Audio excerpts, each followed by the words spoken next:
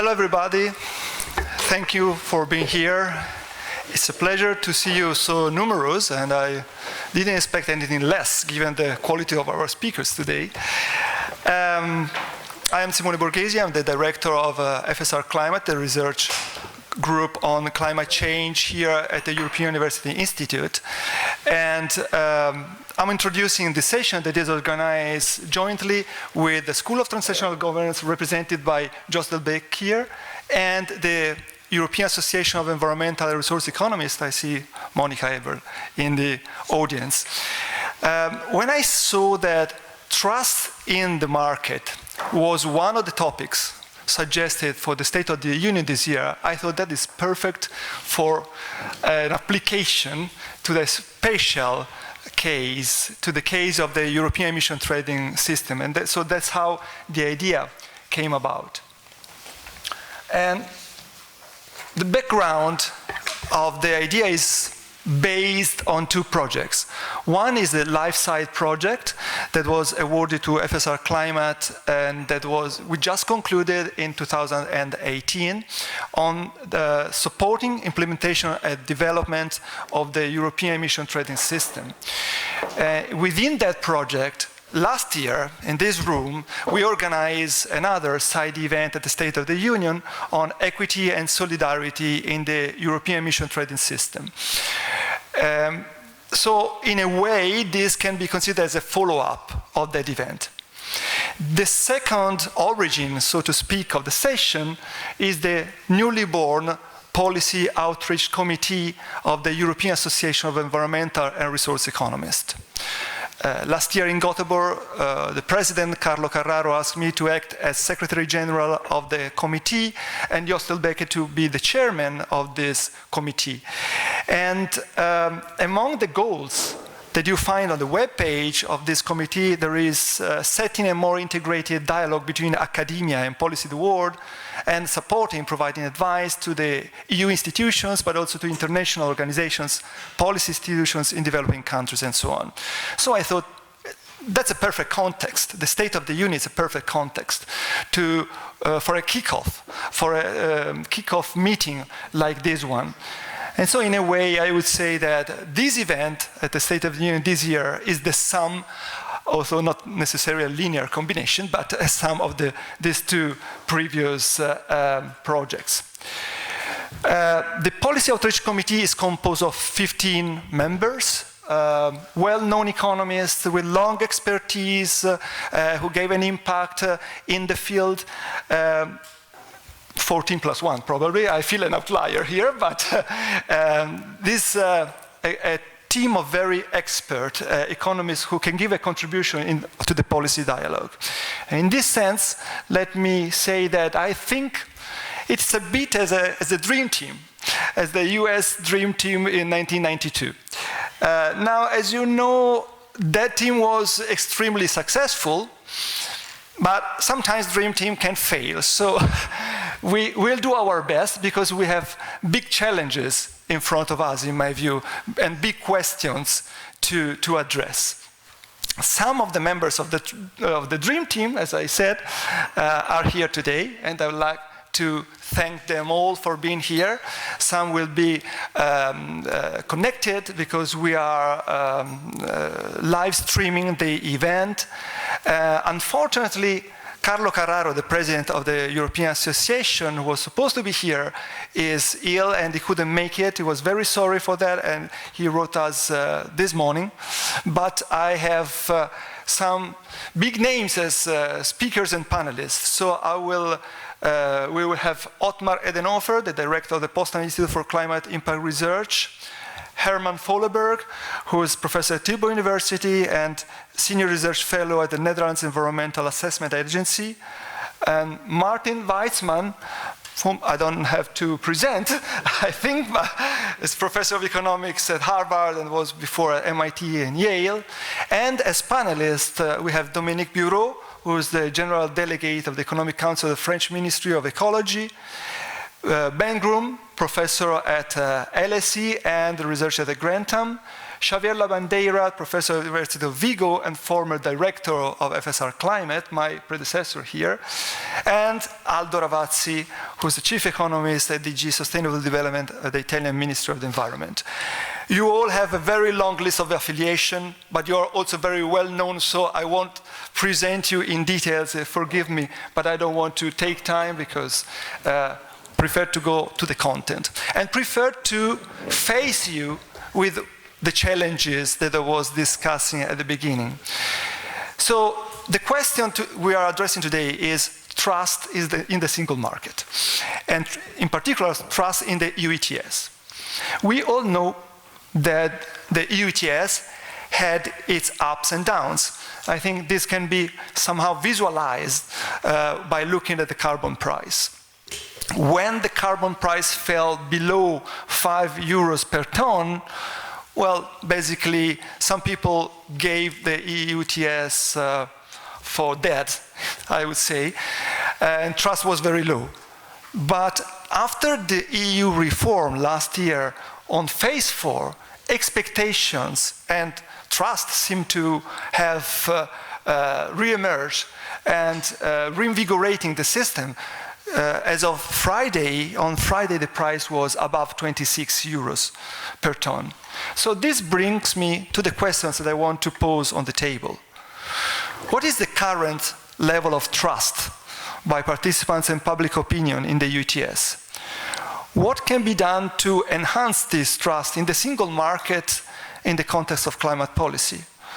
What can transparency and MRV, so measurement, reporting and verification, contribute to build the trust in climate policy in general and in the EUTS in particular? And looking at the international context, how can we trigger mutual trust across countries, especially in the context of the negotiations on CORSIA and on Article 6 in the Paris Agreement? And more generally, what can we do as scholars, as researchers, as members of the Policy Outreach Committee to better bridge policymakers and enhance trust in climate policy measures?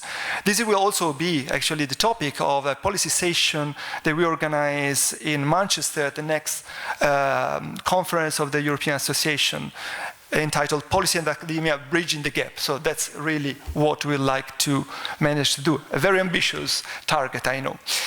So let me pass on to the coach of the team, to the chairman of the Policy Outreach Committee, Jos Delbeke, for a few words.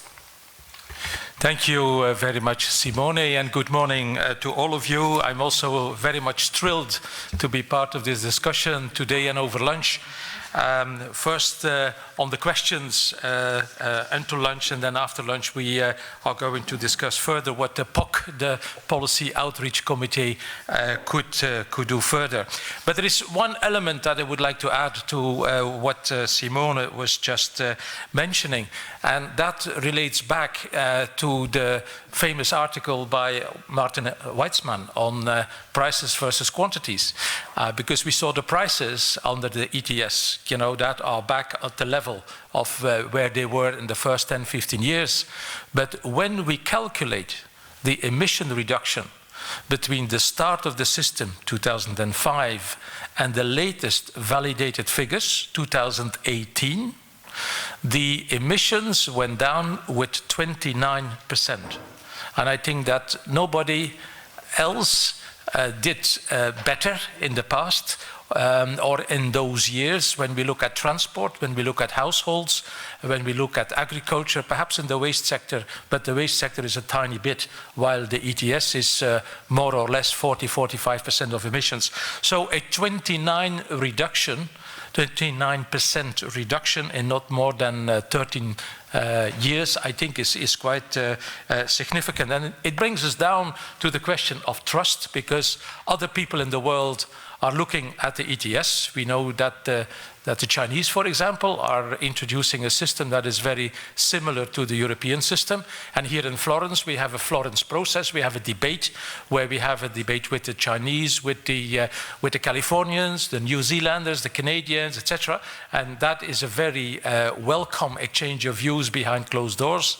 But it brings us back to the basic question that Martin Weitzman already in 1974, if I have it right, was putting on the table. Is it prices or is it quantities? That should be the start of the policy. So we are squarely in the debate that was launched already decades ago by Martin and colleagues in the United States. So I will be the moderator of the discussion today, and I would like to invite the speakers that were announced to give their thoughts, and I really would hope we can spare out some time for a free exchange of views with all of you. But as we have a list of invited speakers, and as Ottmar Edenhofer is the first one on the list, I would like to ask Ottmar to give his views on the trust question and the effectiveness. You know, how good are we in reducing emissions, and is the system fit for purpose for the coming years, which is very much behind our questions. So, Ottmar, you have the floor. Yeah, thank you very much. It's an enormous pleasure to be here, and in particular to sit together with Martin and Jos and Simone on the same panel. And you can see that Jos is an enormously generous person, because we almost disagree on everything regarding emissions trading scheme. Nevertheless, he has invited me, so you can see he is really a generous man. And we have always a very frank and a very lively debate on all this issue. The likelihood that we agree today is very low, but nevertheless, let's see what we can do.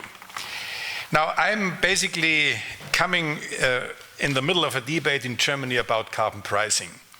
Almost every day we had on the first front pages of our newspapers a debate on carbon pricing, which is unprecedented in the German context, because as you know, Germans usually do not discuss prices versus quantities.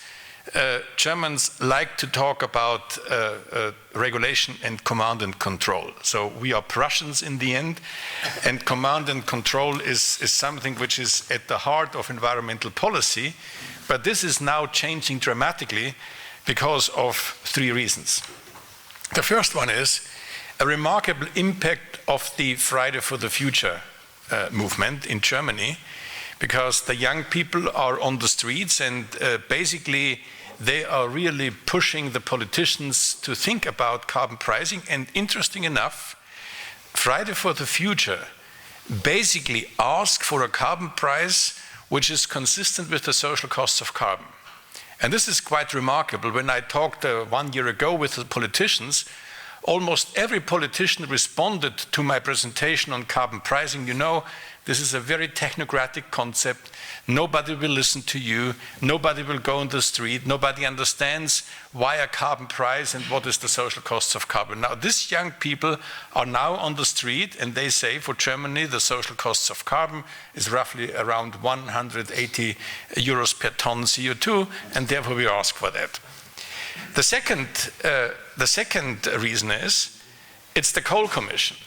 As you basically might know, that Germany is definitely a renewable country, but nevertheless, since 2011, Germany has invested in 10 new coal-fired plants.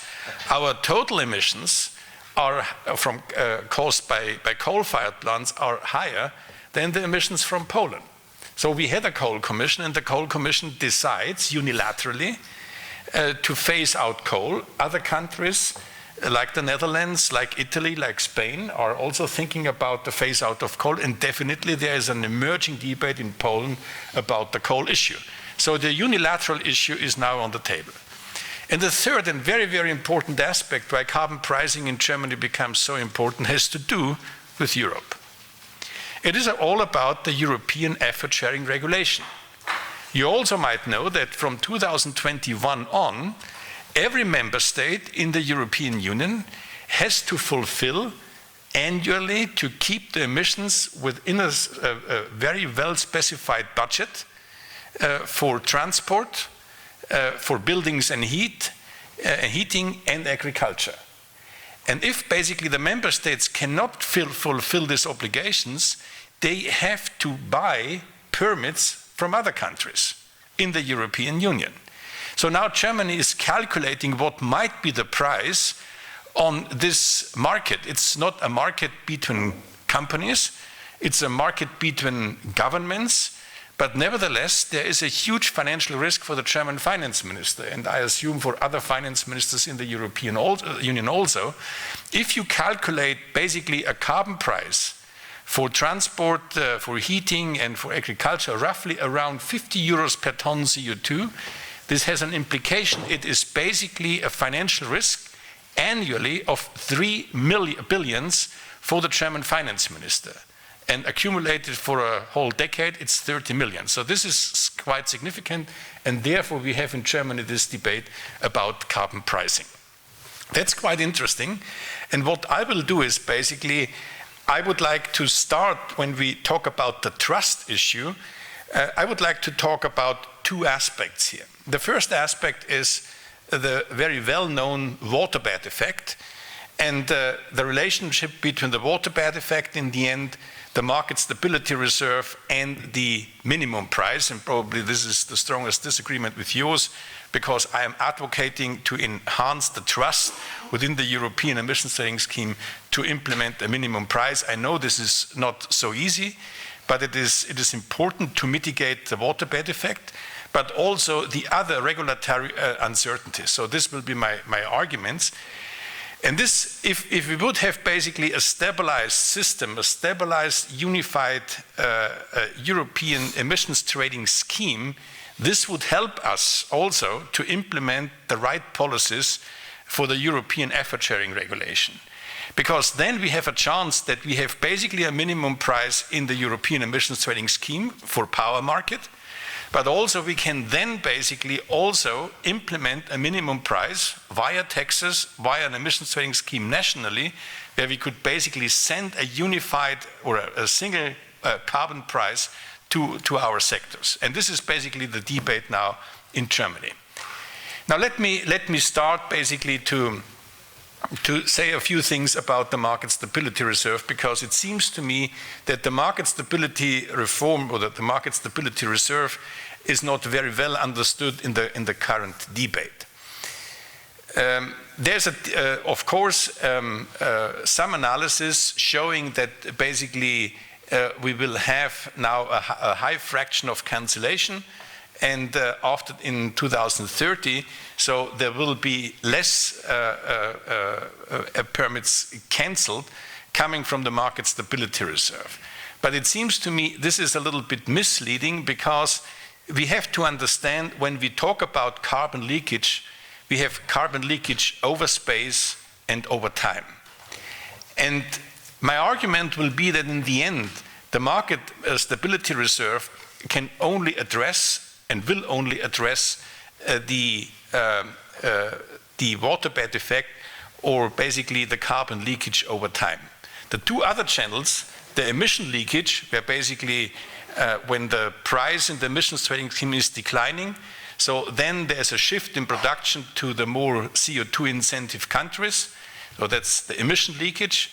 Then there's another leakage which is transmitted by not by the emission trading scheme, but by the power market, where basically you have a change in the fuel prices, and the fuel prices basically makes then, or can make, CO2 intensive technologies even more competitive. And then there's the third one. This is basically the carbon leakage over time, and this is about banking. And let me explain this a little bit, the interaction between this two dimension, and what can the market stability reserve deliver when we analyze this. So this is a quite general and a quite conceptual remark. So let me start at T1, which basically sees that we have additional abatement, let's say additional abatement in Germany, because of the phase out of coal.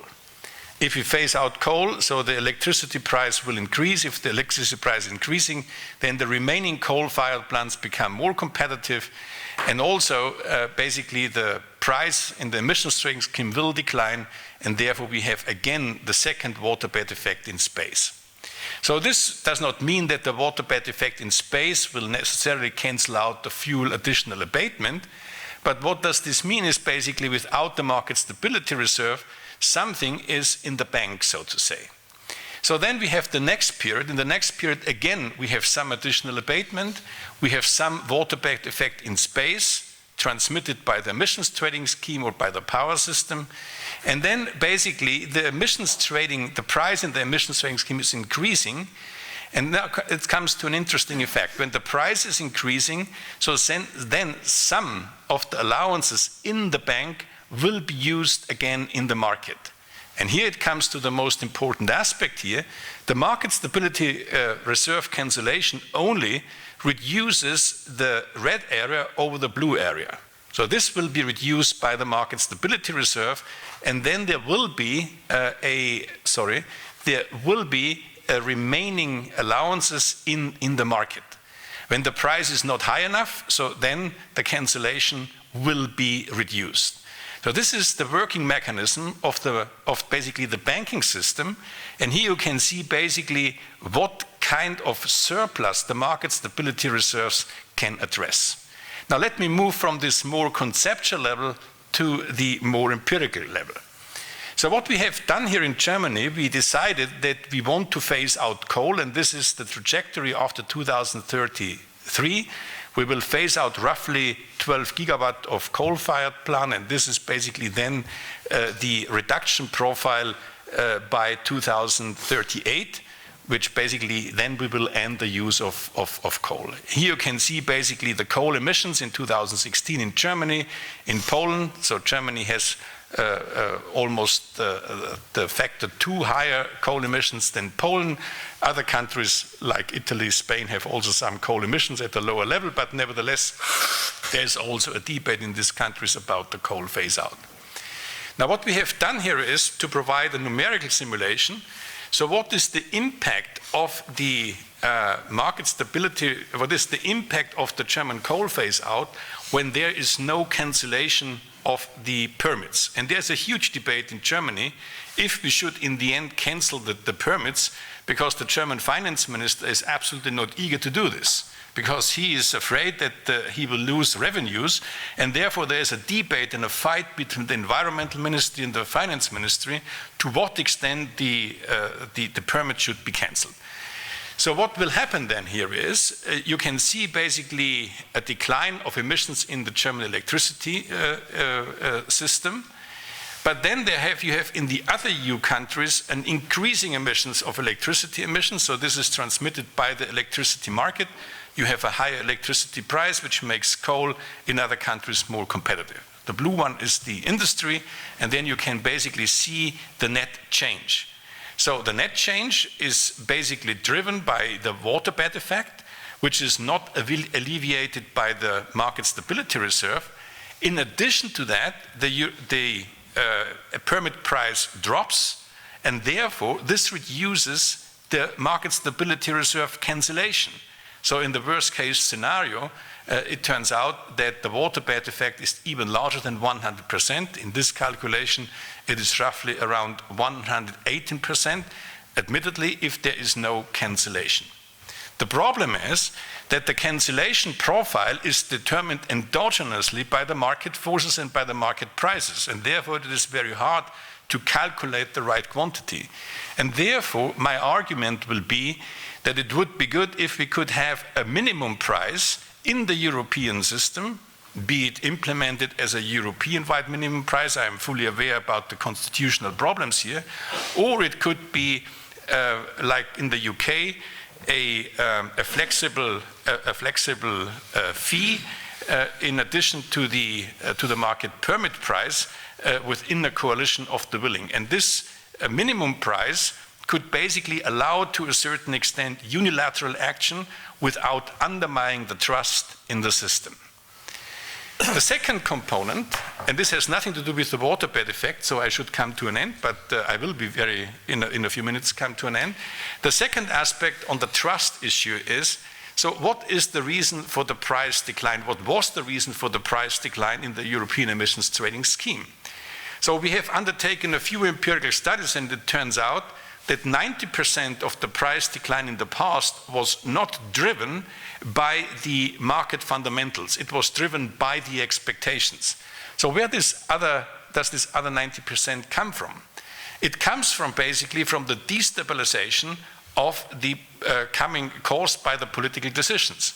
So I would portray in the past the EUTS as a betting shop for political decisions instead of a marketplace to figure out what are the most competitive technologies.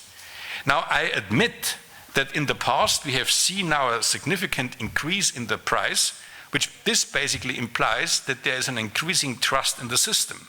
But again, this trust could be easily undermined when there are a surplus, when there are political decisions, when there is business cycle impacts or Brexit or whatever. And therefore, in order to ensure and enhance the trust into the system, in an intertemporal setting, a minimum price could also help. Why could it help? Because a minimum price basically creates an incentive to undertake investments in abatement earlier, and therefore enhance the credibility in the long-term target. So this is what I would like to say. Basically, because of unilateral action and because of the long-term credibility, a minimum price in the European emissions trading scheme would be important.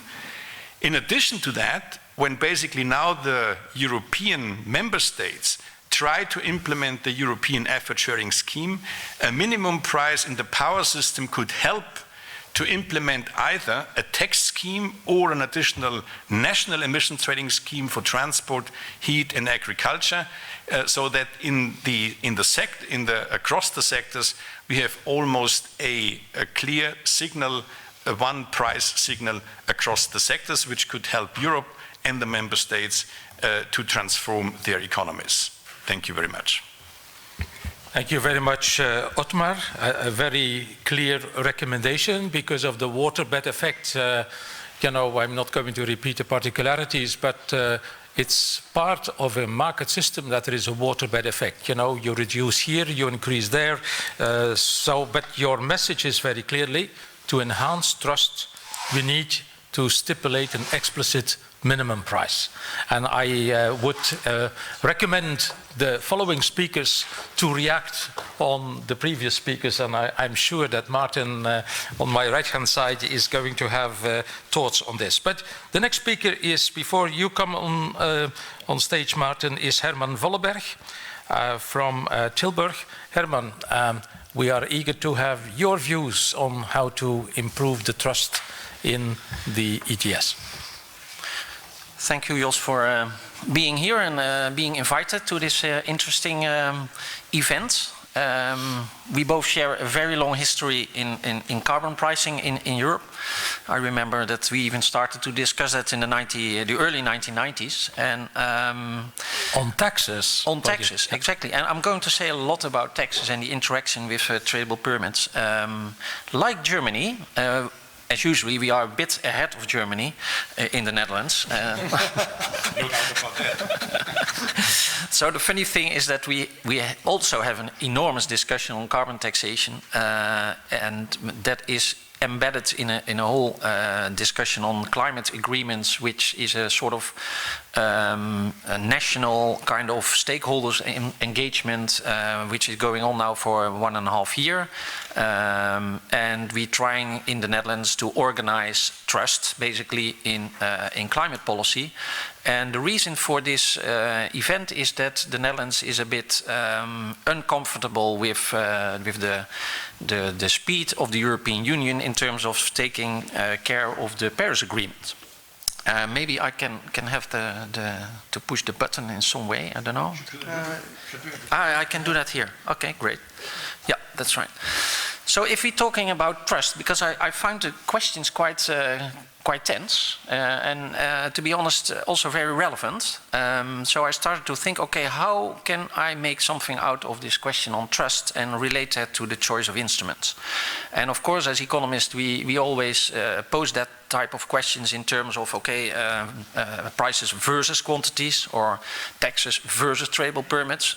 And to be honest, I don't believe in that anymore. I think if you look at the big picture and you look at the real world, it's always a complement. We are using complements in terms of prices and quantities, and I will explain that. And there's a big interesting observation I have made from my experience the last period on how we perceive taxes and how we perceive tradable permits. So the question is about trust is, who are you going to ask? Is it the general public? Is that the yellow jackets? Is it climate skeptics? We see a rise of climate skepticism within the Netherlands. I think as a result of the whole discussion on climate policy in the Netherlands nowadays. If you are asking large firms, you get a very different answer than from the small, medium enterprises, and the NGOs have their own perceptions. So we have very many different perceptions, and trust is not a simple thing. Now, if we look at carbon pricing in particular, and you look at carbon taxes or energy taxes, going back to the 1990s and the EU not delivering any effort actually in terms of a carbon price already in the 1990s, the Netherlands decided, okay, if it's not going to happen within Europe, we do a unilateral action. And in 1996 we introduced the energy tax in the Netherlands, which is basically a sort of carbon tax. It's a tax on gas, and it was a tax on electricity, and at a considerable level. And nowadays, I will show you in a minute, it's a serious kind of tax system which we already have as a result of the EU not delivering anything in the tax area. Interestingly enough, in the early 2000s, Jos came up with a very smart idea, and maybe we should try tradable permits. And within a year, we have this system, and we're observing this system now, and I think that is interesting to observe. So basically, if you look at taxes, there's always distrust in taxes. People don't like to pay taxes. The yellow jackets is just an example, and it's representing a sort of coalition of the unwilling. People are claiming, okay, why should we pay a tax, and the firms don't pay any tax? And then, of course, on the other side, if you look at the tradable permit system, the interesting thing is that it's not a tax. It's working on emissions directly. And it's working on firms, but people don't know. If you talk with people, even involved economists in the Netherlands, to my surprise, were not aware always about the tradable permit system, that the firms already were paying in terms of a tradable permit scheme. So it seems that it's, in terms of trust, it's only a kind of system which is for specialists, and it's not known to the general public. Even now, if we are discussing the carbon tax issue, it's for the firms, it's even difficult for them to claim that they are already doing something. Of course, the permits are for free, which is, I think, one of the big problems we have in the system. We are auctioning to the electricity firms, but not to the industry. And this is a kind of thing where we should look more carefully at. But in that sense, firms are right. They are already part of a scheme which is doing something. At the same time, I also observed that the ETS, even within the Dutch discussion, doesn't play a role at all. And that's something which we should observe as well. So it's not in the wide public, but also within the ministries I didn't observe. I'm very much involved in this whole discussion. There's not anybody talking most of the time about the European trading system, which is, I think, something surprising, but it does happen. And if we are talking about it, it's always the same message: the price is too low. So the question is, does the EU ETS deliver? I think Jos already mentioned something in terms of, okay, we are doing quite well. I'm always defending, so I'm on the other side, I think, also of Otmar. I do think that the ETS delivers because there's a cap. In the end, there is a cap. And all discussions which we have a quantity cap, and the quantity cap will bring us somewhere. The linear reduction factor has been reduced. You see this on the picture. That may be not enough, but it's still there, and the cap will deliver in the end, as long as we stick to the system. Then the MSR, I totally disagree with Otmar's perception. Of course, there's a sort of waterbed type of effect in terms of leakage. That is that there may be import substitution, or there may be some kind of other mechanisms where firms may relocate if you do something locally. But in the end, if we look at the way in which the bank was constructed, and the MSR is trying to reduce the bank, in terms of cancellation of emission rights, if you take an integral over the time, I cannot see otherwise than that the cap is going to be smaller because of all the rules which have been imposed in the market stability rules. So even if we look at the integral of the total amount of permits, in my view, it will be reduced because of the MSR. And of course there are many details in the discussion, but I won't like to discuss them now. But in my view, the waterbed effect is temporarily will be punctured, and there's quite some agreement on that this is going to happen.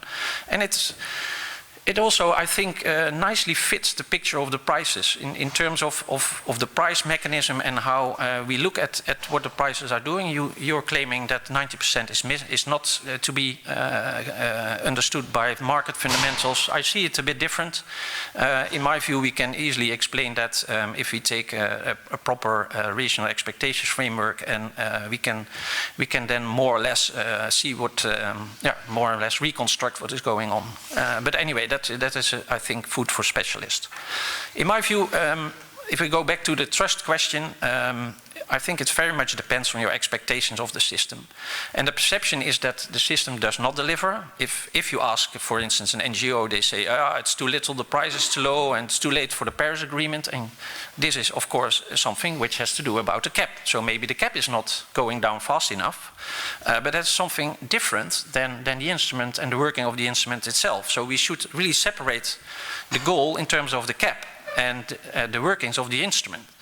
So if we do look at the cap, then it does deliver for the ETS sectors anyway. And the MSR adaptation may even render the minimum price redundant. In our simulations, the minimum price is not doing so much anymore unless you are raising it to very high degrees. Then, of course, it will be still there. But then you're basically substituting a cap system for the minimum, for a price system. And I would say, okay, if you are not satisfied with the cap, then the best thing you could do is reduce the linear reduction scheme even further.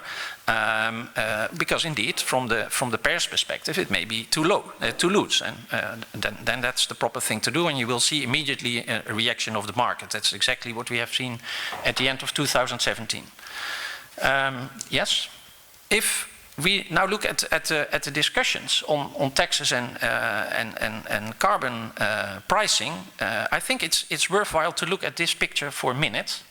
What the picture tells us is the complete view. So in the different non-ETS sectors on the left-hand side and the ETS sectors on the right-hand side. So on the left-hand side we see transport, agriculture and the built environment, and on the right-hand side you see industry and electricity.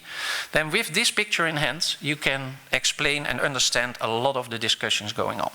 So we see, for instance, industry having a relatively low price, but being looking at the minimum price, sorry, not at the minimum price, but at the pricing scheme with their grandfathered permits, but it's basically on the whole number of emissions which are in that system. Electricity system is the same. And then in the other fields like transport and the built environment, we see high taxes, high implicit taxes in the Netherlands. And it is not specific to the Netherlands, we see it everywhere. So if people are discussing carbon taxes, they usually are discussing carbon taxes in the non-ETS sectors. There is no country in the world at this time which is discussing a tax in the industry. So the Netherlands is now the first country which has a very serious engagement in a carbon tax for the industry. And this is in the middle of the Dutch debate, which is, I think, very interesting to look at. But it has something to do with perceptions and trust. And economists should be careful, because they sometimes contribute to the fuss. Yeah. I don't have enough time to explain that. I will say something on this trust building using climate coalitions, because that's I think in that sense Otmar and I very much agree. I cannot show because of the time limits much about what's going on, but in the Netherlands the basic feeling is that some unilateral action should help us, and we should coordinate on schemes which help, let's say, a sort of coalition of the willing within the EU, in terms of a sort of two-speed EU or whatever, instead of waiting until 2030 for a new option to change the climate package. We should do something earlier. And again, the industry is here one of the main targets in the Dutch discussion. I cannot say much about what's going on, but a lot of stuff is going on in the Netherlands. Here's the example of what is being planned nowadays on the climate agreement. That includes a minimum price in the electricity system. That includes a discussion on a tax or a minimum price or whatever scheme within the industrial system. It has adaptations in the non-ETS sectors. And overall, I think it's a nice package to look at. And it also includes, of course, the coal power plants to be closed. The findings of our studies in this area show that there's no kind of, let's say, free lunch. It's always something where we have to look at trade-offs. The leakage can be high, for instance, for a tax, and it can even be negative for a buy and cancel policy, which is positive in a sense. So a buy and cancel policy means that you buy today and you cancel them, and because of the MSR, it works very well in the short run, and not after 2025. A tax reduces actually an ETS price. Yeah. And interventions raise that price, so you see all kind of mechanisms into that system which are creating some kind of trade-off. To summarize, the EU is locked into ETS and it should cope with its potential shortcomings. That's my main point. Carbon pricing for ETS sectors, electricity and industry is settled basically, and it does not compromise the trust of the general public because the polluter pays, and I think that's a very important thing and we should maybe communicate that better. Impatience should be tackled preferably by adapting the cap, in my view, and it is no longer clear, also in the short run at least, that the minimum price is still necessary. I think the cancellation policy, and there's also a very interesting paper on that by Gerlach and Heijmans, which show in the Weitzman framework, to say it that way, that it's indeed that not so very clear that we need an additional minimum price. Building climate coalitions of the willing, I think, is the only proper answer to build trust against the drawbacks of globalization. I think we should care much more about that as economists than we did before, and two-speed solutions are of course second best, but are still effective and less costly than unilateral action, and within those coalitions we should make separate policies active in terms of addressing distributional impacts. So I think that closes my contribution. Thank you very much, Herman. I think another view, it's taking up some of the elements that Otmar has been addressing, but I think you are milder in saying what needs to be done. I think on the coalitions of the willing, it's certainly an area where we could have a discussion on, because that's the super waterbed effect. If a coalition of the willing is doing more, then others have to do less within the same cap, because the cap is European-wide defined. Sure. So we run again into trouble. But let's park that for the debate. Martin Weitzman is the next one on my list. Martin, now you have heard the European debate. You know, we have an ETS, but we have some, preferences as well for a tax, or tax elements indeed. And I'm very eager to hear how you, react to what you just heard. On the one hand, there are emission reductions. On the other hand, there is this nervousness. Are we prepared for what is still to come? The challenges 2030, 2050. You have the floor, Martin, and really pleased that you can be with us today. Thank you. I have some brief comments on Otmar and Herman's presentation. They are brief. For Otmar, maybe the California experience teaches us something. I know many of the participants in the California cap and trade system, many of them, and to a person, they regret that they ever got involved in cap and trade. What they have, the price fluctuates too much, and they had to put in a price floor and a price ceiling, so-called price collars. But what turned out was that 95 or 98% of the time was hitting up against either the price ceiling or the price floor. And they regret that they ever somehow got involved in this cap and trade thing. It would have been better for California to put in a tax. So that was their experience. I know from personal interaction with many of them.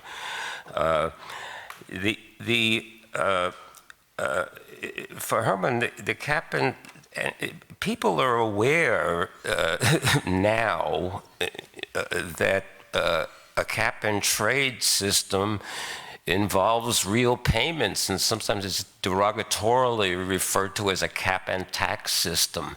So, as Abraham Lincoln said, you can fool all of the people some of the time, and you can fool some of the people all of the time, but you can't fool all of the people all of the time. And people are, as a whole, well aware that this cap and trade system to work effectively has a tax-like element at the end of the day. So the industry is well aware of this for what it's worth. With Herman, I guess that's my comment, that the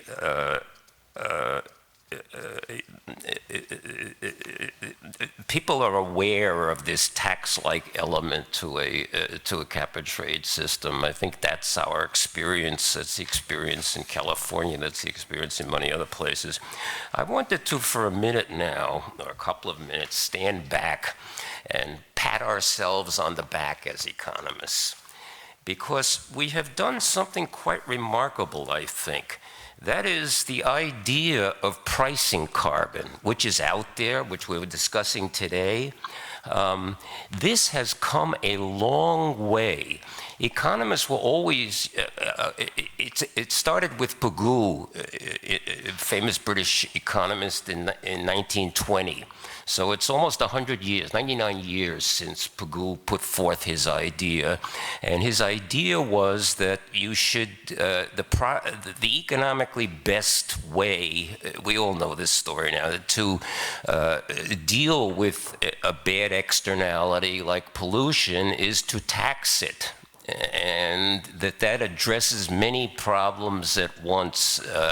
That filters out a uniform tax on pollution, filters out the high polluters and filters in the low polluters or low polluter technologies. This was, so it's been 100 years since this idea was introduced. And from the very beginning, as I looked into this to some extent, economists were unilaterally in favor of this. They're now unanimously in favor of a price on carbon, for example, as witnessed by the fact that over 4,000 US economists and other notables just recently, including myself for what it's worth, signed on a petition to put a uniform tax on carbon. So 4,000 US economists to me is pretty close to unanimity. And when Pigou introduced this idea, again, this was near unanimous among economists that this is the best way to do it, but it was not in the public domain. The public had no idea of these theories, and they seemed very far-fetched at the time. But economists were in favor of it. They wrote about it in their textbooks. They taught it in their economics courses. They discussed it, their common agreement with each other, but it was not in the public domain. Now, 100 years later, later, look how far we have come. And I think it's time out to pat ourselves on the back. Because for the first 50 years or so, again, it had unanimous consent among economists, unanimous approval, but it was not in the public domain. Since then, it has migrated into the public domain. So it started off as an academic idea, had unanimity among economists, but unanimity in economists' voice is a powerful force. History has shown that many, many times, and here it came into its own, and so through the 1920s, 1930s, 40s, 50s, 60s, well, maybe into the 70s, this was not in the public domain. Then it started to migrate over to the public domain. And to the extent that now, I don't want to say everybody, but people are well aware of the idea of pricing carbon, as this is witness to, and they are well aware that economists favor this. So I think we should pat ourselves on the back as economists. We introduced this message. We kept on pressing it. It took a while, but it has now come into its own in the public domain. So I want to pat ourselves on the back as economists from this historical point of view. Thank you very much, Martin. And I think what you did in the United States with the statement that has been signed by more than 4,000 economists, I think is really remarkable and helpful. And if you could repeat something from the European perspective, that would be very useful. Of course, the number of questions would be very different because we have now an ETS and we have to build from there. But we come to that debate in a moment. Just a reaction on what you said on California and the price floor and the price ceiling. If we take back where the prices were fluctuating under the ETS, let's not forget the big recession that we were going through following Lehman Brothers. If we would have had a price floor that would have been relatively high, would the system have survived that? That is a basic question that I have as a policymaker, because of course, we hate the wild price fluctuation that we saw between, say, 5 and 20 euros, more or less. That's big. But the crisis following Lehman Brothers was big. It is the biggest one we had since the Second World War. So if we would not have had that extreme price flexibility, would the system not have hit the barriers or the limits of its acceptability? I would like to throw it in the middle for the next interventions, because price fluctuation, we should look at it from different points of view. Certainty, but also flexibility. That's what is in the notion of it. So I have the next list of speakers that I would like to see Dominique Bourreau to enlighten us about what you heard so far. Yeah. So thank you very much for the invitation. I shall not try to explain why I do agree with the three previous speakers, because it's quite complicated. And I shall only try to make two comments about the two topics. The first one is specifically about the credibility of the EU ETS, and the second is about carbon pricing and the acceptability of carbon pricing. On the first one, it's clear that the reform that has been made in last year is a very important reform and a good reform. However, the level of prices, on the EU ETS will remain too low on the short term for a quick switch towards from coal, and in the long term to induce innovation. And I think that Of course, it's not clear from a theoretical point of view that we need an additional instrument. If we had a perfect MSR and a perfect level of cap, probably it would be sufficient. But I think that we must address the political economy problem.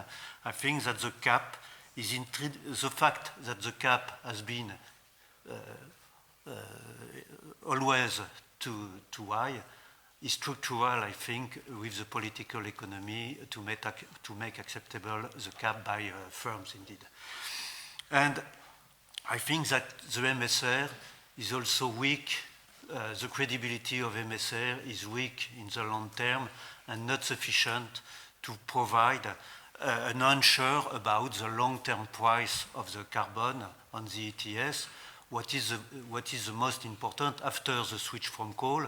The most important is to guide innovation, and we need instruments to have an answer about the expectation of the long-term price. The problem when you make an investment, a green investment, is not the spot price of the ETS, it is the long-term price and the expected long-term price. So I think that we must address carefully. So I think that we need a price floor. So I want just to add an argument. In France, as you know, we have problem to establish a carbon price higher for ESR, effort sharing regulation sector, that is for domestic.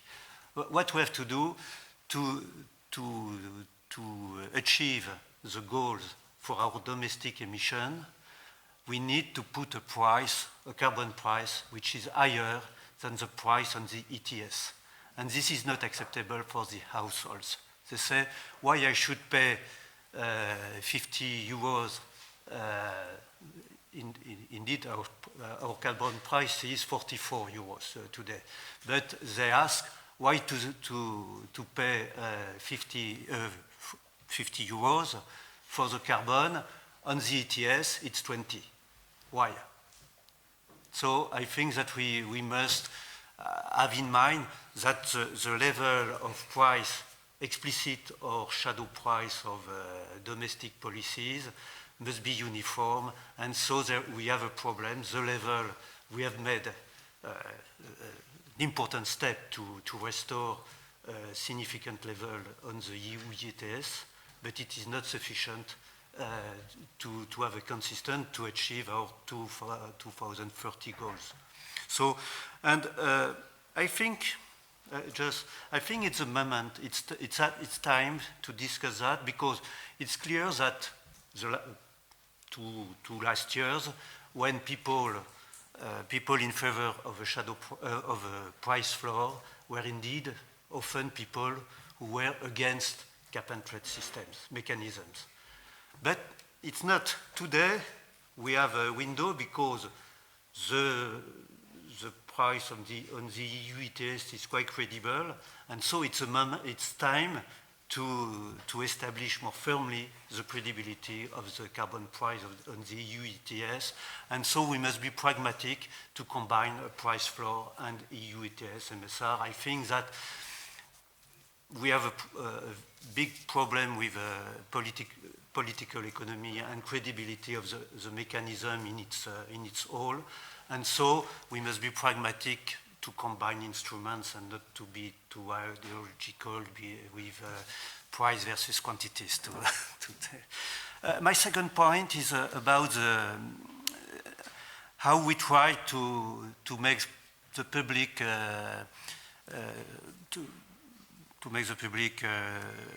agree with carbon pricing. I think that the public indeed understands the mechanism of prices. It's not so clear with politicians sometimes, but I think that we explain.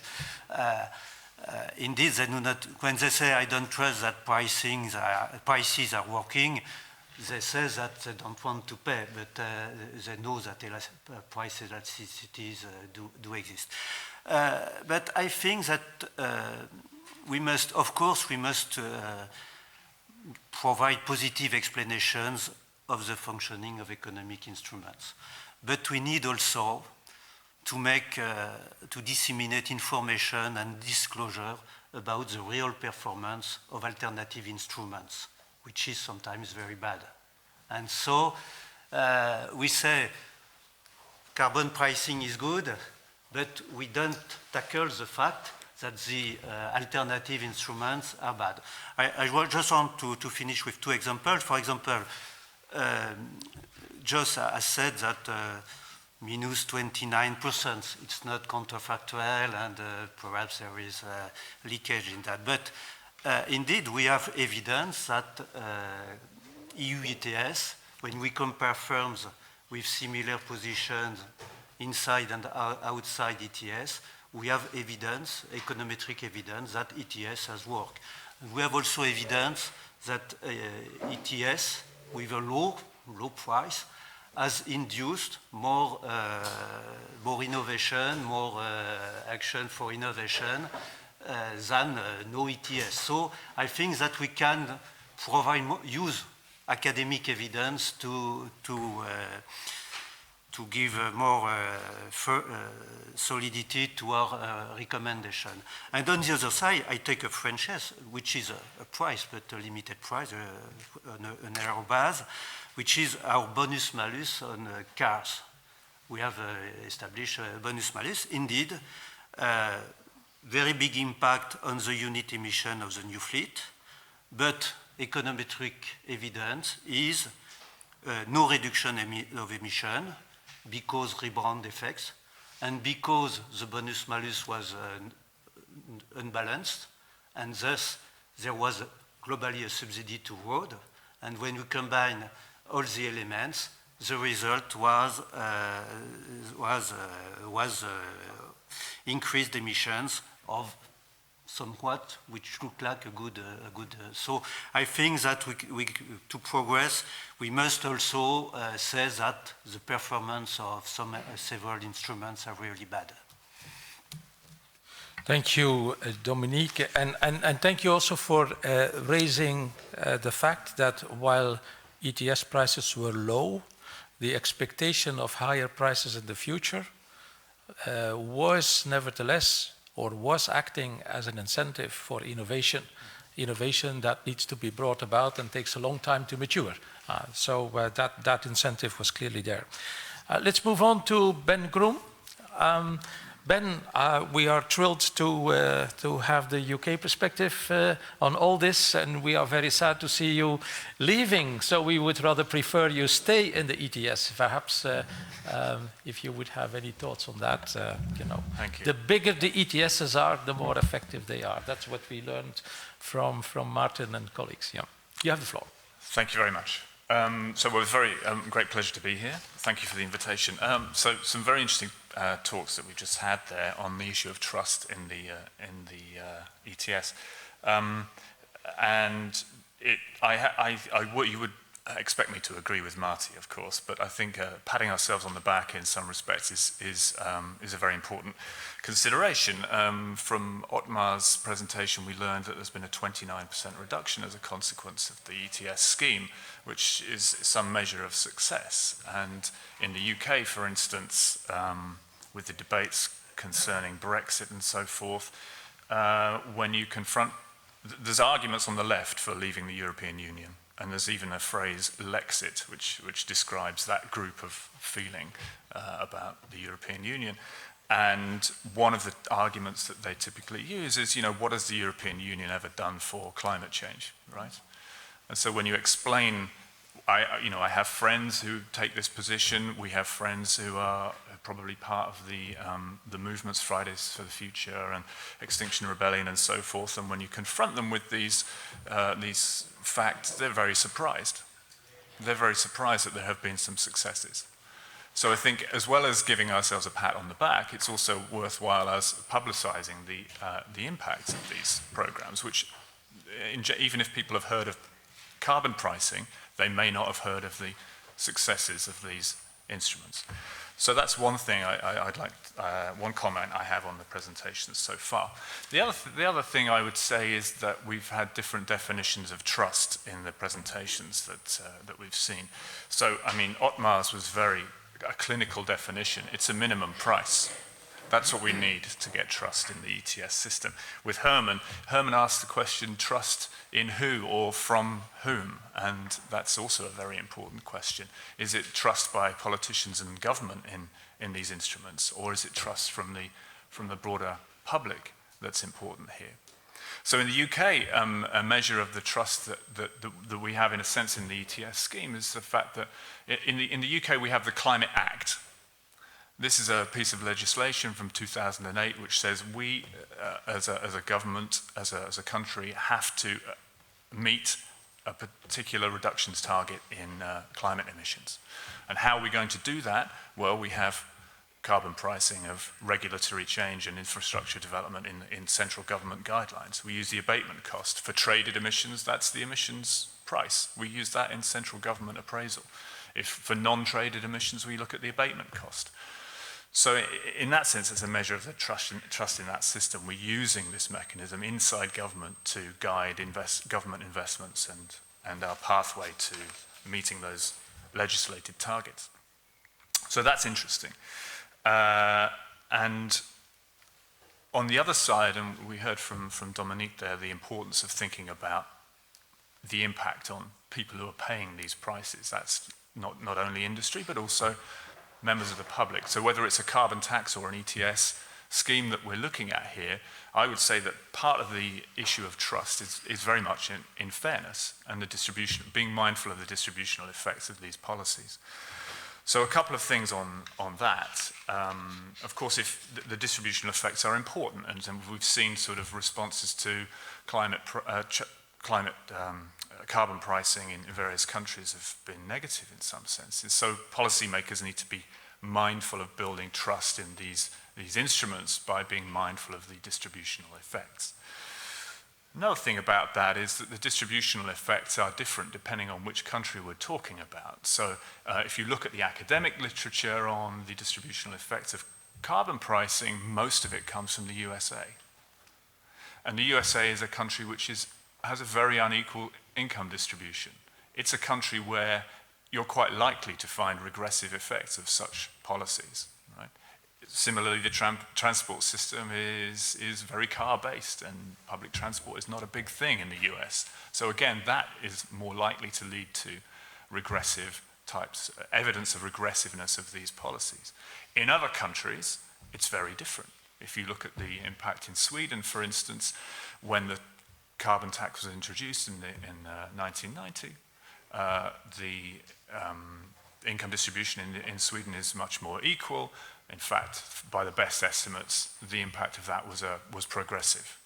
So as policymakers and academics, again, we need to be able to be conversant in this typical criticism of carbon pricing, that it's a regressive thing. And we need to be conversant in these academic studies which tell you, look, that is very contextual. It depends on the economy that you're dealing with. So that's one thing. And the other final question final point to make on the distributional effects would be regressive compared to what? And so work by Don Fullerton and others in the US, again, shows that even if carbon pricing has regressive effects, it's much less than those under command and control and other kind of rigid, non-market-based instruments. So that's what I would say in terms of trust. Trust is about fairness also. Thank you very much for making that point. And I think on the distributional effects and impacts, what is commonly forgotten is that the distribution of the ETS allowances has a major correction according to those who face a bigger transformation process. So the well-known situation in Poland, for example, very much reliant on coal. They are getting more carbon allowances, but they have to invest them in alternatives and cleaner solutions. So they cannot just continue business as usual. There are conditions and restrictions related to that. So a very important point indeed. Without that, we would never have had a European system. Let's face up to the political reality of that as well. Javier, I'm sure you have additional comments to make to what was brought on the table. We have already a rich menu, but you have the floor. Well, first of all, thanks for inviting me here. Jos, Simone, it's an honor to be here. And it's a difficult position because with this panel, you know, we have Marty Weitzman, one of the biggest academics working in the field, Otmar, who was the chair of Working Group 3, of the Working Group 3, and this important report for the Paris Agreement, and Herman, who was also a very well-known advisor and academic in this area. So it's difficult to add something, but let me focus on the external importance of the EUTS. I just had to comment to write a book review for a major energy journal on carbon pricing, and I was quite upset because the EUTS was in a chapter called "The Failure of Carbon Pricing." Right? They were analyzing, you know, a lot of minor experiences in Quebec, in California, and minor experiences in comparison to ours. And I think that the first thing that we have to do is to claim the importance of our system, because I think it's quite successful in the sense that it's very big in size, remarkably big in comparison to the other experiences that they were quoting in this book. It was facing a lot of constraints, both internal in the EU and also external constraints, you know, countries that were not implementing similar policies. And I think that it faced this with a high degree of adaptability, learning by doing, what we were discussing many years here, and I think they are continuing to do this. And also, as Josh said, is a system with a huge international influence. By the way, also it's very difficult to comment on the system with Josh here, who is you know, one of the most important policy makers in this area for sure. So I would say that some economists, some even academics think that this system may be a failure because the low prices or volatility, but they forget about the other things that are a sign of a success. And in a way, I think that it is an exception to the difficulties of carbon prices. And I agree with Marty that we had to be proud of having this idea and to have this unanimity, but in a way, I think that most of us expected much more from this carbon pricing by the 1990s.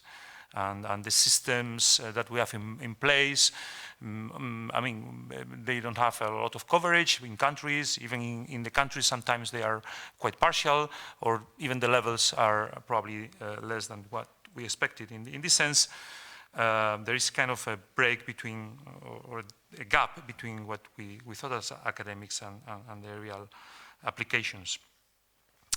And I think it's crucial also to mention that carbon pricing is very important, not only because it saves costs. It's both from a static efficiency point of view, and also from a dynamic efficiency point of view, but also because it is crucial in transitions. I think that we have to stress this a lot.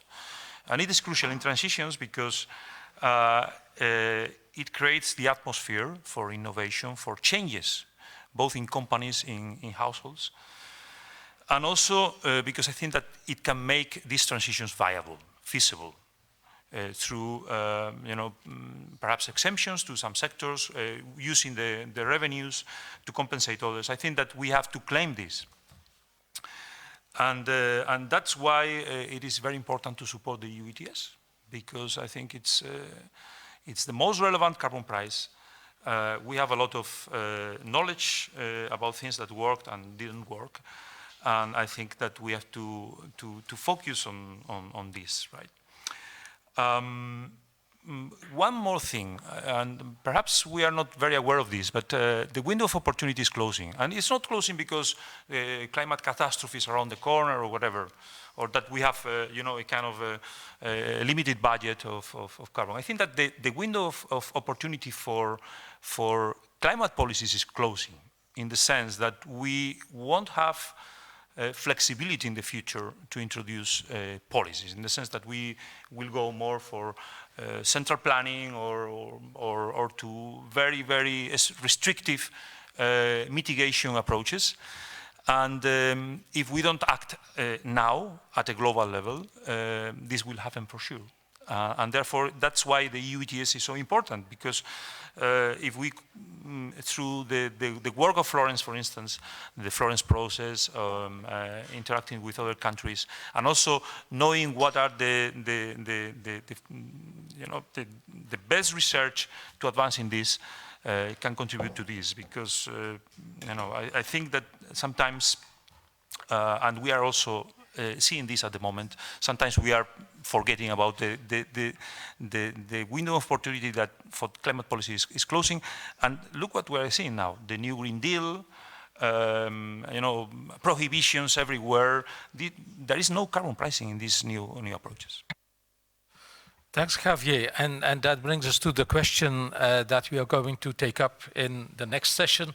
That is, can we raise our voice for market-based approaches in the future of climate policy? So thanks for reminding us.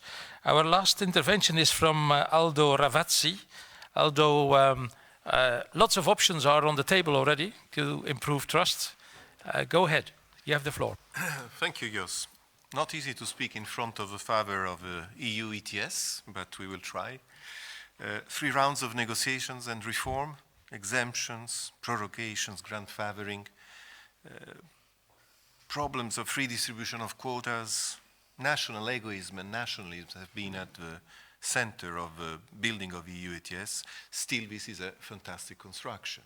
It's the first time ever that a market is built with something like 450 or 500 million people. So we had some experiences in USA, but only in some states or groups of states, only for some elements, gases, emissions of different kinds. To do such a fantastic intellectual challenge and being able to build such a market, I think should be looked with respect and gratitude. We risk to lose credibility, obviously, because when it's so long, it is a problem. But we know the problems which are here behind. I would not like also to forget that I'm also in front of a co-father of a carbon energy tax, which was mentioned earlier with Frank Convery, Jos Delbecque, with Frank Convery, Alberto Maiocchi, Jacques Delors himself, and some other economists in '92 were already ready with a European Union carbon energy tax. And they were ready to go to Rio 92, the original Rio, able to say Europe has already taken action and a carbon energy tax. Regrettably, there was the the British finger coming out, and we still have a problem of unanimity, which will not be solved by possible Brexit, because we have Polish fingers and Hungarian fingers around, which are ready to raise up and say, this is taxation, we don't want to decide all together. It's a pity. But this reminds also to us that we are talking of a price on a market and not of a tax, even if we all believe that market-based instruments are useful for ambitious environmental policies. This takes me to the idea that maybe an analogy can be useful, is the analogy with the property tax. All of us who has the luck to have a property, a house or whatever, we pay generally in our countries, not in all countries, but generally we pay a tax on the property itself. And this doesn't prevent to have a market for buying and selling houses and properties. So I think in the same way we can have a ETS which is promoted and progresses, and at the same time have a carbon tax even on the same sectors. The idea of tax duplication is a false problem in my understanding that we should not accept. We can do that, and some countries do. Many people, many so-called experts against carbon pricing have used it to try to avoid any form of carbon pricing. This was my first point. My second point is that expectations are absolutely fundamental, and certainly the solidity or the resistance of the European bureaucrats, in the best meaning of the word, has been basic for building this credibility. You have resisted, and some of us with you. Certainly the price on the market doesn't look satisfactory when we look at Sweden, where we have a carbon tax of 130, 170, or when we look at the colleagues of IMF who says we should go up to 400, 500 euro or dollars per ton.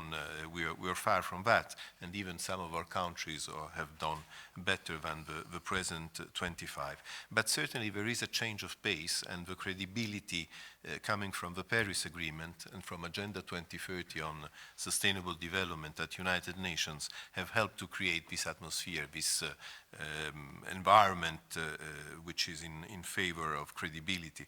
Look at what is happening in green finance, in sustainable finance, with the development of a number of instruments of green bonds, private and public, in trying to integrate climate like in France, but now also at European level. We have in Italy set up an Italian observatory on sustainable finance. We are seeing a lot of things which are moving, and probably expectations are growing. New generations coming in power, new generations coming in responsibility in corporates. This might help. My third point is along what Herman was saying. We have to look at things in an integrated way. So the implicit carbon tax, the implicit carbon prices, the analysis by OECD is extremely useful from this point of view. We have excises, we have energy, electricity tax, fuels taxes with very different name, and we should look at this to understand how the price is working. The contribution of a carbon pricing leadership coalition served by World Bank, or of think tanks like Green Budget Europe, which I happen to chair, or the Institute of European Environmental Policies on these things is extremely important. Also, there is a question of subsidies, because we can take the same problems from other sides, and the G20 peer reviews on fossil fuel subsidies might be a difficult exercise, but which help to keep attention on pricing and carbon pricing. When I read the USA Economist Declaration, I find it very interesting. Maybe the EAERE, the European Association, might think of launching something similar. I'm thinking of an economist call which was prepared in view of the Paris Agreement, and that some of us signed, calling for a carbon price, whatever form, ETS or tax, and calling also for a world carbon price, which I'm not so sure that we can ever find a world carbon price, because it's a different price in each country, in each sector, and we don't see any world price, I'm afraid, in any sector. Aviation is considered a world market, but we don't see an aviation price. And certainly we have also problems with oil price, which is considered a world price, but it is not. Do I have one more minute, as we are in Italy, Jos? We don't have much. We don't have much discussion on carbon taxation, I'm afraid, in our country. The two parties in government, the League is asking for a radical decrease of fuel taxes, and the Movement 5 Stars is asking for eliminating environmentally harmful subsidies. These are the two only official positions which were before the formation of the government. At the same time, we prepared an energy and climate plan proposal where we propose to cancel the coal plants. We have 2 working fully and 7 which are called from time to time in case of emergency.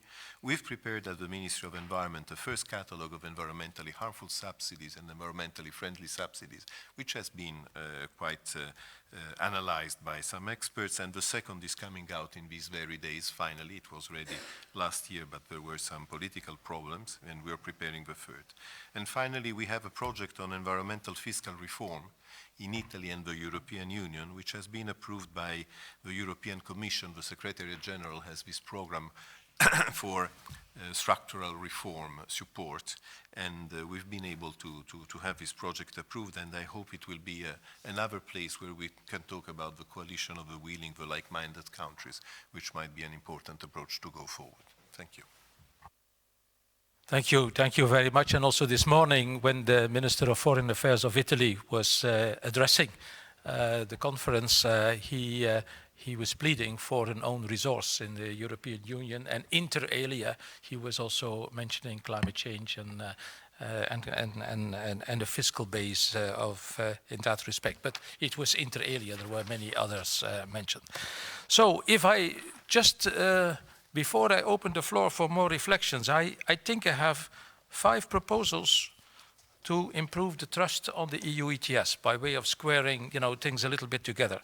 I think that the first one was to create more price certainty through minimum prices. That was Otmar's strong argument.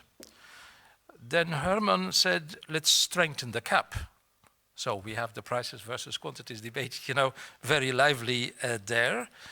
The third element was perhaps we need a coalition of the willing of some member states moving forward. But then we have to address the waterbed effect, within the same European cap. The fourth element was, I think, Dominique stressing the analogy with the effort sharing regulation. I think also Otmar was going into that. And we have not yet been dwelling into whether the effort sharing regulation that opens the possibility for trading between states, or parts of the effort sharing regulation could also be brought under the ETS. Yeah, now that's an idea about transport that several member states have brought as an idea on the table, but not yet formulated proposals on. And the fifth element is the distributive questions, impacts, how to use the revenues to compensate for those who have a more difficult adaptation process. So we have, as a form of categories, these 5 families of comments that we were having. I wonder whether there were more questions from the floor. And I give the floor to Otmar, and I have Stefano, and I have any other person who would like to make an intervention, and Simone coming back, and in front I also have a question. So I start with Otmar. There is a burning comment you wanted to make, Otmar. No, I want to clarify some things. In particular, what is the agreement and the disagreement with Herman? First of all, I have no doubt that the cap has been delivered. And that's for sure. And this is the big success story of the EU ETS. And I'm not saying, my argument is not, I want to have a higher price because I'm not happy with the price. And my argument is also not we should strengthen the cap. So let's for a moment, the cap is given. Even if we are happy with the cap, my argument is the purpose of an emission trading scheme is twofold: delivering the cap, but also to incentivize an appropriate intertemporal pricing scheme for investments. And I'm challenging the first one. And what I'm saying is when basically the trust in the system is undermined because of several reasons, might it be the business cycle, might it be because of political announcements. So then there's a tendency that the investments are postponed into the future, and this basically people anticipate that in the end, when the cap is given, there might be a sharp increase in the price, and then people might speculate if the policymakers have sufficient commitment to stick to this cap, despite of the sharp increasing price in the future, and this destabilizes the expectations. This is my argument. It's not my argument that let's talk about the cap, just to make this sure. The second aspect is on the waterbed effect. So the nice thing is I have the same modeling framework like Raya and others, and my feeling is the disagreement here is how to understand the market stability reserve in the proper way. But this is indeed a technical aspect. Even if we have some disagreement here, what I am saying is the minimum price is a hedging strategy. So if you give, at least my analysis, a very low probability, so you cannot challenge then the minimum price. And the last thing is, this is something which I would like to emphasize what you said. I'm very much in favor of the willingness of the coalition of the willing. However, this amplifies the waterbed effect, and therefore a coalition of the willing has to be complemented by some kind of a minimum price to mitigate at least the waterbed effect, again, as a hedging strategy. Or by a correction of the cap. I mean, if you have a coalition of the willing, either you have a minimum price or you correct the cap. But the waterbed effect is there, because it's a European cap and nobody cares which country is covering what kind of installations inside the cap. Herman? Actually, I think we do agree. I've been supporting the whole concept of a minimum price for a long time. So on that point, I totally agree, and it's about expectations, for sure. But in my view, the MSR and the way in which the cancellation policy has been designed is making the whole evaluation different. So it seems that these expectations, and of course firms, I totally agree with Martin's observation that we cannot fool everybody all time. And we are certainly not fooling the industry. The industry knows very well. The industry is well aware. My point was the industry may be aware, but the rest of society isn't. Even the specialists are not. But the industry knows, and they are, in terms of their investments, they look at price expectation. Fully agree. And they follow hedging strategies. But the essential point is, if the MSR works together with a cancellation policy, which, and that's also a theory point, I think you are basically creating a sort of minimum price through a quantity instrument. So you're adapting in the quantity field exactly the same kind of effect as the minimum price will do. And that's what we observe in the market. And that makes me wonder, and that's why it's open a question. It's an open question for me, because it's relatively new also in my view, whether the minimum price concept survives the idea of market cancellation policy, which is working through the quantity side. Yeah. Here we have an agreement. Okay. Here we have an agreement. It depends on the, in the end, everything depends on the cancellation policy. Exactly. And what I'm saying is, observing the German policy, the cancellation policy is not very well implemented. And I would like to see the minimum price as a hedging strategy against this, because cancellation is a thorny thing. Okay, then it seems that we are converging. May I disturb a little bit the conversion? You know, because the market stability reserve is doing two things. First, it is taking the surplus out of the market and puts them in a reserve, in a fridge. And if those allowances are for longer than 3 years in the fridge, then they are being cancelled. So there are two elements. There is taking out, and after a period of time, cancelling. Yeah. Where I have a criticism on Otmar's concept is that the cancellation is unilateral by a member state, while the MSR is a European harmonized policy. And if I would now take your argument, Otmar, and extrapolate it, then the harmonized instrument of the EUTS would become driven by member state policies. And that is a concept where we have to be very much alert on. If it happens once or twice, okay. But if every single member state starts making their decisions, and tomorrow we take out X tons and the day after another number of tons, then you could have expectations that are going wild.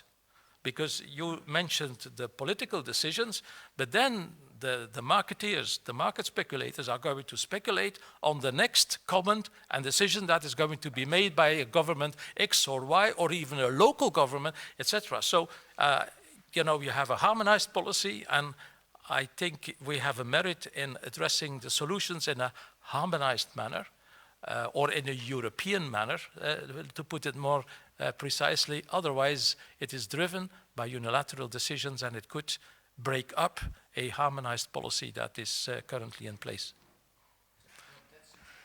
That's new for me. So the cancellation policy is not an EU decision. No. It's just the member states who can decide. The cancellation of the market stability reserve is harmonized to the extent it is in the directive. That means a number of allowances that is there for 3 years are being taken off the market, you know, for a couple of years. That is harmonized, that is agreed by all 28 member states. But now, what Otmar was suggesting was a possibility that is raised in the directive, that when an additional coal mine is being cancelled, that then the corresponding member state cancels the allowances corresponding with it. And that is a unilateral decision and a unilateral correction of the cap. And that is a different, way of approaching things, and I would rather prefer that we continue for reasons of competitiveness and things like that with a harmonized policy and not with one that is driven by unilateral national actions. But that's a design issue. But without monopolizing the test, but this is exactly, so for me, it would be, so first of all, there's a full agreement here, and then the question is, basically, to what extent Germany, for example, will now cancel the permits coming or caused by the coal phase out. And what I'm saying is here, basically, the market stability reserve cannot address this, because this is just the waterbed effect in time, not the waterbed effect in space. And if there is no cancellation, there will be a significant waterbed effect in space, number one. The second one is, exactly what you are saying is, my analysis is you cannot avoid in the European Union any sort of unilateral action, because there is always a wish of member states. And the only thing what I'm saying is a minimum price to a certain extent could deliver so this harmonized thing, because to a certain extent this would allow countries, if the price is above the minimum price, at least to do some unilateral action, because there will be always some unilateral action. And then you need, I fully agree with you, you need a stabilizer in the system. Otherwise, speculators will come up with very, very wild expectations. So I fully share this point of view. Okay. Well, lots of things to discuss and to think about. Dominique. Yeah. Just on this point, a sentence. I think that the fact that some member states want to cancel unilaterally some allowances, or the fact that some member states want to add taxes on the carbon price of the EUTS, remains in itself a warning of something goes wrong in the functioning of the ETS. So I think that I don't choose between the different theses, but I think that in a good system, we should not, we should try to solve the problem at the harmonized level, and see when the problem exists, I think it reveals certain problems that we must address, which is a problem of trust in the ETS in the long term, I think. Okay, but because indeed you can have lots of gaming between member states then starting, one member state waiting for Germany to do the thing, and then them themselves not having to do part B of the story. But, it would drive us far, too far. I had Stefano, and I have you on my list, and then I have Simone. And let's take the three, and then we close the discussion. Stefano. Yes, my comment relates to Professor Weitzman's mentioning of the label cap and tax in the US. And I think that is an oversimplification that is okay for the general public. But let's not forget the fundamental difference between a cap and trade system and a carbon tax. With the first, the long-term quantitative objective of emissions reductions is guaranteed. With the second, no, if you want an optimal carbon tax, then you have to work out the marginal cost of carbon, and good luck. So the long-term quantitative objective. Okay, I give the possibility to come back. You first.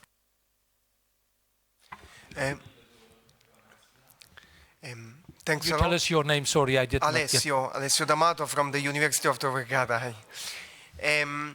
My question is very quick. I suspect that the credibility of the EUTS also comes from the ability of the system to achieve close to full compliance, which at the moment has been obtained also thanks to low prices in some periods and surpluses in the current period, which may hide the problem in the future if scenarios predict very high price increase under any of the policy options. So I was wondering, and I would like to ask whether there is some hints or some thoughts may be done concerning whether resources for compliance should be increased in the future, for granting full monitoring and full compliance should be increased in order to face increases in the likelihood that firms try to be non-compliant due to larger prices. I can give a quick reply to that. The penalty rate is 100 euros per ton.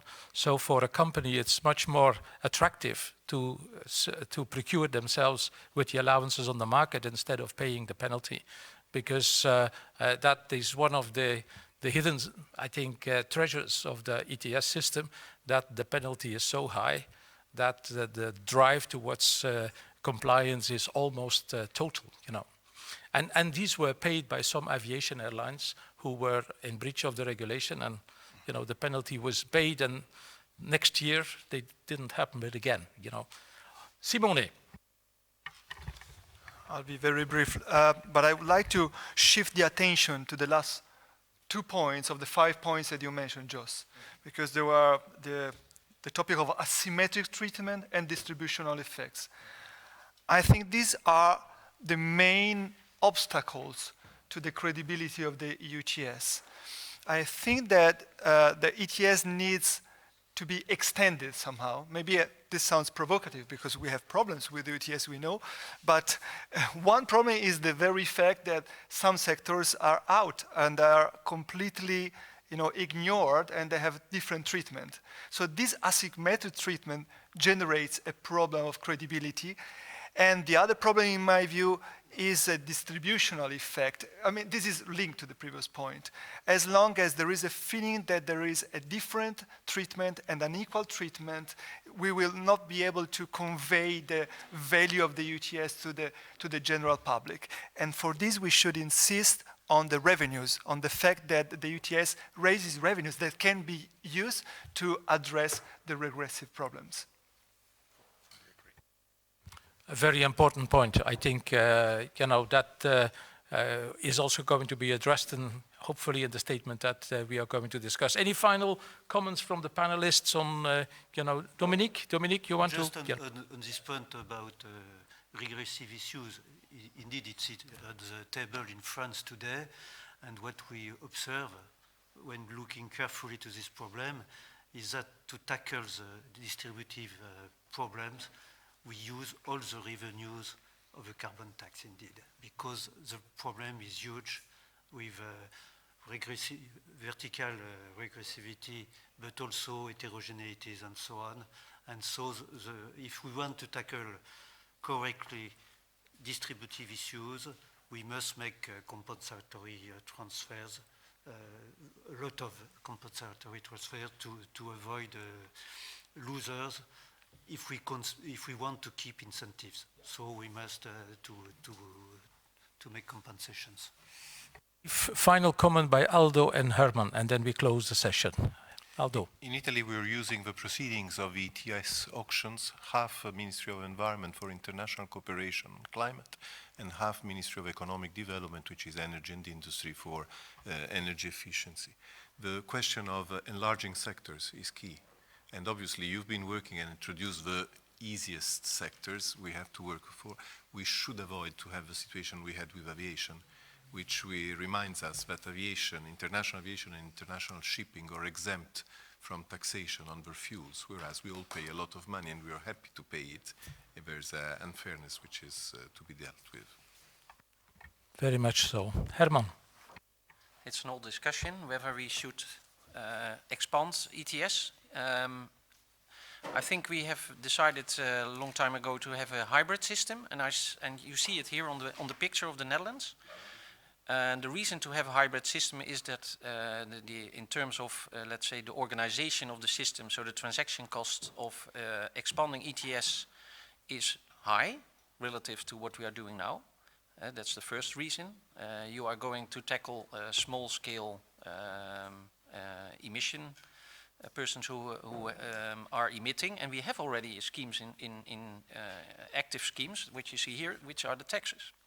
Basically what you do is undermining these taxes if you expand ETS, and then you have an even more difficult discussion about fuel taxes, and that's one of the reasons that I'm not in favor of this.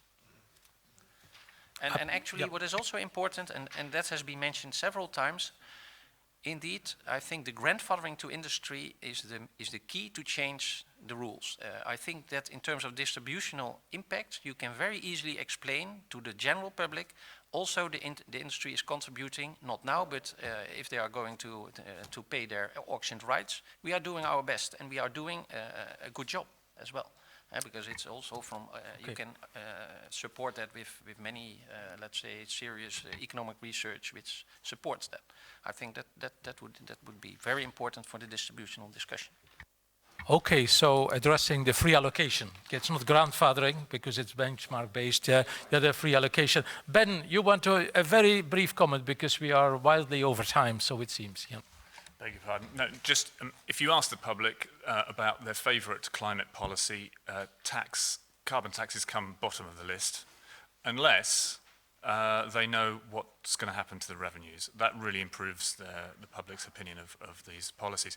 The other thing I would say is a quick plug for the UK policy on climate change.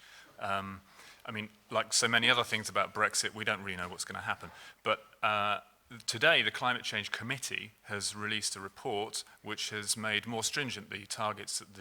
It's recommended that the targets become more stringent in the UK, carbon neutral by 2050 instead of an 80% reduction.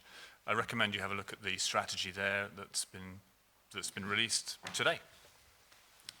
Very good. So there is life in the brass. Thank you very much. I think we had a very lively discussion, and I took very interesting points from it. And you see there is work for economists to reflect and to elaborate further ideas that policymakers then can test on the ground and make compromises about and have the majorities that we all require, which is ultimately the support we are looking for, and support comes from trust in the system. So thank you very much. I close now, and we come back already at 1:30, Simone. It's in the other room. Okay, for those who are invited to the POC committee, it's in the other room, and please take your stuff with you. Okay, thank you very much, and see you soon.